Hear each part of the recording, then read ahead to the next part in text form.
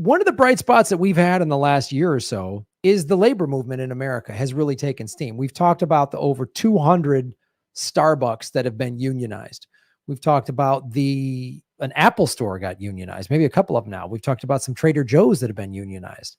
And we had Christian Smalls on the show 2 years ago when he first started protesting, when he basically got fired because he was just trying to organize, safety protocols for people working in the Amazon warehouses in Staten Island in the first month or two of the pandemic.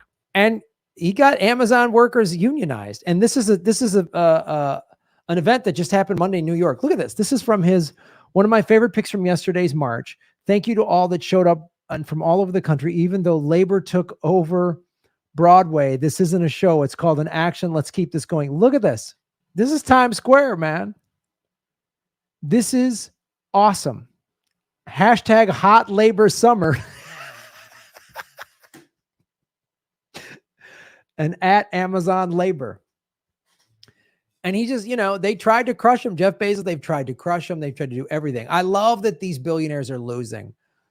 We've talked about how Starbucks hired, what's his name? Schultz or whatever to come in a union bus and it's not working. I know some people that work at some big chain like Lowe's and stuff like that. And they're like, oh, they're told to not to look for unions and how to, we've shown you videos and talked about how big companies, they tell their management, this is how you crush a union. Well, with the rise of inflation, gas prices, wages haven't met it. And people are just, that's the thing.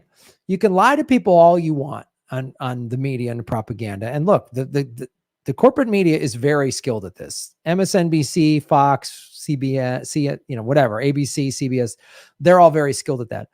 But when it hits your at home, when it hits your wallet, when it hits your bank account, then you go, wait a minute.